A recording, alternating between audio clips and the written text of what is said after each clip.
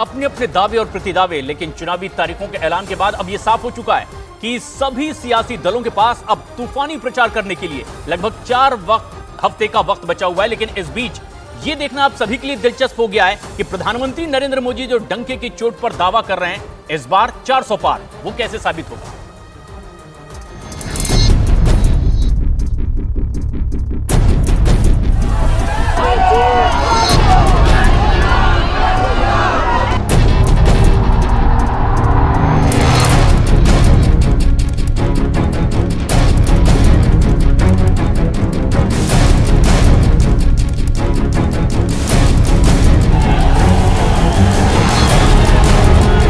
मोदी जब काम करता है तो सबके लिए करता है।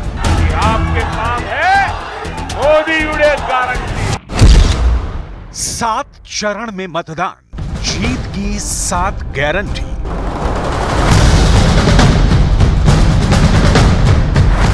16 मार्च को जिस वक्त मुख्य चुनाव आयुक्त राजीव कुमार अपनी टीम के साथ लोकसभा चुनाव 2024 की तारीखों का ऐलान कर रहे थे, उस वक्त प्रधानमंत्री नरेंद्र मोदी दक्षिण भारत में 400 प्लस सीटें जीतने की गारंटी दे रहे थे, जबकि इंडिया गठबंधन का चेहरा बने राहुल गांधी और उनकी टीम सीट शेयरिंग को लेकर माथापच्ची करने में लगे थे।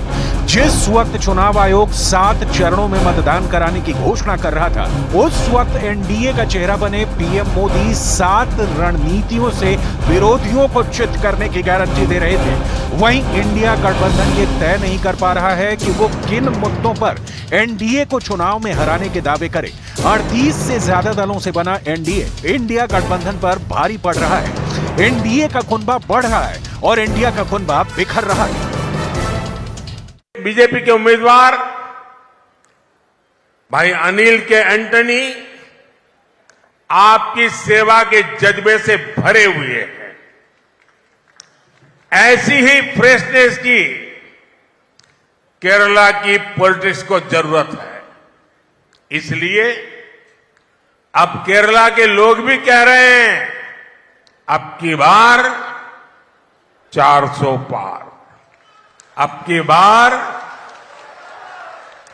इत्तमणा नानूरिल अधिगम, इत्तमणा 40 का 40 मेरा लक्ष्य है। जो एक पिछले बार रह गया है वो कैसे लें, क्योंकि बिहार की जनता आज नरेंद्र मोदी जी को आशीर्वाद दी है और मुझे लगता है इन्होंने 2 चीज तो कर दिया। गरीब के लिए, सामान्य के लिए जो सबसे मुश्किल होता है, 5 किलो राशन और 5 लाख का इलाज। ऐसे में सवाल उठ रहे हैं कि जब 543 सीटों पर चुनावी तारीखों का ऐलान हो चुका है और अब मतदान होने में बहुत कम वक्त बचा है, तो ऐसे हालात में भारत जोड़ो न्याय यात्रा इंडिया गठबंधन के लिए क्या वाकई में फायदे का सौदा है, या फिर यह सिर्फ राहुल गांधी के चेहरे को चमकाने भर की कोशिश है? क्योंकि पीएम मोदी के तूफानी दौरे के आगे इंडिया गठबंधन का नेतृत्व लगातार पिछड़ता जा रहा है। यही वजह है कि राहुल पीएम मोदी पर सटीक वार नहीं कर पा रहे हैं, जबकि पीएम मोदी पूरे इंडिया गठबंधन पर सीधा वार कर रहे हैं। नरेंद्र मोदी जी ने स्टार्टअप इंडिया किया, स्टैंड अप इंडिया किया, मेक इन इंडिया किया, कोई फर्क नहीं पड़ा। वो सारा का सारा 2-3 अरबपति उठा के ले गए। नरेंद्र मोदी जी की मार्केटिंग जरूर कर दी, टीवी पे उनका चेहरा जरूर दिखा दिया, मगर जो युवा हैं उनको ना स्टार्टअप मिला, ना मेक इन इंडिया मिला। आप मुझे बताइए, कांग्रेस ने दशकों तक देश में गरीबी हटाओ का नारा दिया, लेकिन गरीब के जीवन में कोई बदलाव आया क्या? कांग्रेस ने एससी, एसटी, ओबीसी को वोट बैंक के तौर पर इस्तेमाल किया। 400 प्लस की गारंटी, मोदी के 8 मास्टर स्ट्रोक। इंडिया गठबंधन में अभी तक यही समझ में नहीं आ रहा है कि सीट शेयरिंग को लेकर आपस में इतने मतभेद क्यों हैं। कुछ जानकारों के मुताबिक कांग्रेस भी सभी राज्यों में सीट शेयरिंग को लेकर बहुत ज्यादा उत्साह में नहीं है। दावा तो यहां तक किया जा रहा है कि कांग्रेस को अपने सर्वे में कुछ ऐसे इनपुट मिले हैं जिसकी वजह से कांग्रेसी नेतृत्व को लगता है कि 24 के लोकसभा चुनाव में अल्पसंख्यकों को, खास तौर से मुस्लिम वोट बैंक से भरपूर वोट मिल सकते हैं। यही वजह है कि पश्चिम बंगाल में ममता बनर्जी ने मुस्लिम वोट खिसकने के डर से इंडिया गठबंधन से किनारा करना बेहतर समझा।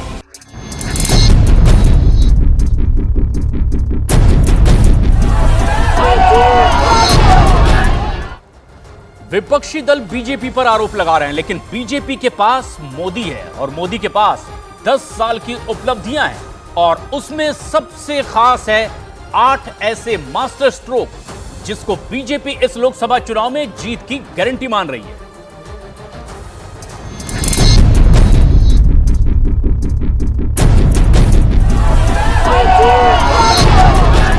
वहीं दूसरी तरफ एनडीए की तरफ से पीएम मोदी एक ऐसा ब्रांड बन चुके हैं कि अब एनडीए अपने मुद्दों और फैसलों के दम पर 2024 का लोकसभा चुनाव जीतने का दावा करने लगी है। यहाँ देखिए एनडीए के तरकश में वो 8 मास्टर स्ट्रोक क्या है जिन्हें जनता का भरपूर समर्थन मिल रहा है। प्रधानमंत्री नरेंद्र मोदी लगातार जनता को सबका साथ सबका विकास की गारंटी दे रहे हैं और इसी के दम पर पीएम मोदी बार बार दावे कर रहे हैं कि अब की बार 400 प्लस की गारंटी। सीएए को लेकर एनडीए की तरफ से साफ हो चुका है, सीएए एक बड़ा क्रांतिकारी कदम साबित होने जा रहा है और इसे कोई रोक नहीं सकता। राम मंदिर का उद्घाटन करके पीएम मोदी ने बहुत बड़े वर्ग का प्रचंड विश्वास जीत लिया है। हिंदी बेल्ट में राम मंदिर एक बड़ा फैक्टर बनने जा रहा है। आर्टिकल 370 की कामयाबी देखकर जम्मू कश्मीर से लेकर कन्याकुमारी तक मोदी की तारीफ हो रही है। 370 को हटाकर मोदी सरकार ने दशकों से 370 का बना खौफ खत्म कर दिया। मुफ्त राशन ने 80 करोड़ लोगों का विश्वास एनडीए पर और बढ़ा दिया है। गरीबों के लिए मुफ्त राशन योजना रामबाण साबित हुई है। विश्व की तीसरी अर्थव्यवस्था को लेकर देश के भरोसे में जबरदस्त इजाफा हुआ है। दुनिया भर में भारत की आर्थिक ताकत की तारीफ हो रही है, जिसका असर भारत के मतदाताओं पर पड़ रहा है। महिला आरक्षण कानून एनडीए का बड़ा कदम माना जा रहा है। महिलाओं में एनडीए का क्रेज बढ़ चुका है। पीएम मोदी ने विरोधियों के परिवार वाले बयान पर मोदी का परिवार बताकर जबरदस्त हमला किया है, जिसका क्लियर मैसेज जनता तक पहुंचा है। भ्रष्टाचार, परिवारवाद और तुष्टीकरण में आकंठ डूबे इंडी गठबंधन के नेता बौखलाते जा रहे हैं। अब इन्होंने 2024 के चुनाव का अपना असली घोषणा पत्र निकाला है। मैं इनके परिवारवाद पर सवाल उठाता हूं तो इन लोगों ने बोलना शुरू कर दिया है कि मोदी का कोई परिवार नहीं है। 140 करोड़ देशवासी यही मेरा परिवार है। मेरा भारत, मेरा परिवार। पिछले लोकसभा चुनाव में बीजेपी के नेतृत्व वाले एनडीए गठबंधन का सीधा मुकाबला कांग्रेस के नेतृत्व वाले यूपीए गठबंधन के साथ था, लेकिन इस बार कांग्रेस अपने सहयोगी दलों के साथ इंडिया गठबंधन के बैनर तले चुनाव लड़ रही है। हालांकि विपक्षी गठबंधन का हिस्सा होने के बावजूद ममता बनर्जी ने पश्चिम बंगाल की सभी लोकसभा सीटों पर अपने उम्मीदवार खड़े कर दिए हैं।